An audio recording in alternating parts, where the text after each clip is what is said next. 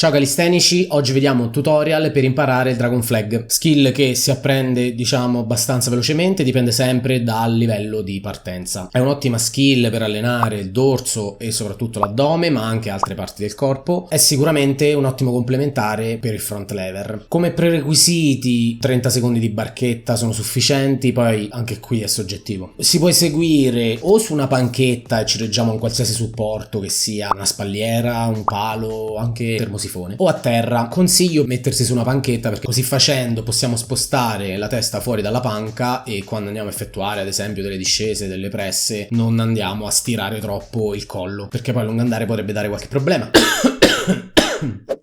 Sulla panchetta ovviamente è più comodo anche per poggiare la schiena. Si può eseguire pure su una panchetta reggendosi proprio con le mani sotto di essa. Io una volta ne ho rotta una però, quindi magari ve lo sconsiglio. Tecnica di esecuzione: allora solo la parte alta della schiena poggia a terra o sulla panchetta, bacino in antiversione o anteroversione, quindi come nel front lever, gambe distese e braccia piegate con gomiti stretti. Gli errori comuni sostanzialmente sono due. Il primo è squadrare con il bacino, quindi avere quella forma un po' a V, soprattutto quando si eseguono dei movimenti dinamici per risalire. Un altro errore meno comune, che però magari molti credevano fosse l'esecuzione corretta vedendo, che ne so, i video di Sylvester Stallone, Bruce Lee o Frank Medrano, una forma arch comunemente conosciuta a banana che non si può guardare, però vabbè. Mi raccomando, insomma, dobbiamo essere una linea dritta. Esistono due tipi di progressione che io comunque consiglio tutte e due. Partiamo con il corpo in diagonale, per poi, una volta sbloccata la propedeutica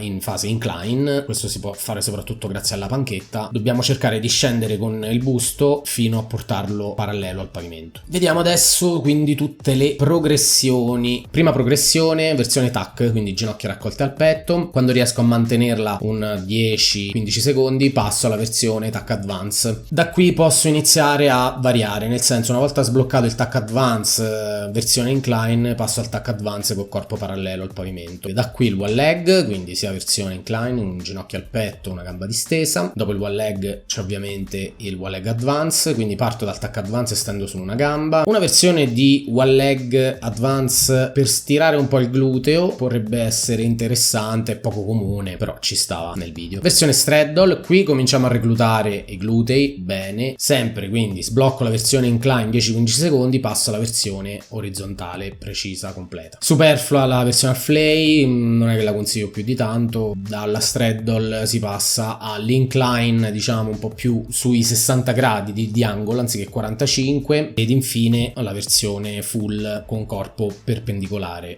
al pavimento. Più siamo alti con le gambe, più è semplice l'esercizio. Man mano che scendiamo cominciamo a sentire più peso nella zona addominale, comincia ad essere un pochino più complicato. Verticale a caso di Calisthenics del passato. Bloccata la versione full possiamo provare magari la variante a un braccio, non è più uno sfizio, non è che ha un'utilità particolare. Versioni dinamiche: oltre ad allenare le progressioni statiche possiamo un po' variare per sollecitare in maniera differente il nostro corpo con delle presse. Quando abbiamo sbloccato il tac advance o il one leg, in straddle sono ottime. La progressione più o meno è lineare come per le statiche. Una volta che raggiungiamo un 4-5 ripetizioni passiamo alla versione successiva. È interessante l'esercizio che facevo anni fa mettendo l'elastico su di un palo, infilo i piedi e da lì l'elastico mi aiuta nella fase di risalita, che è la parte più difficile del Dragon Flag. Esercizi dinamici parziali possono essere le discese, quindi parto da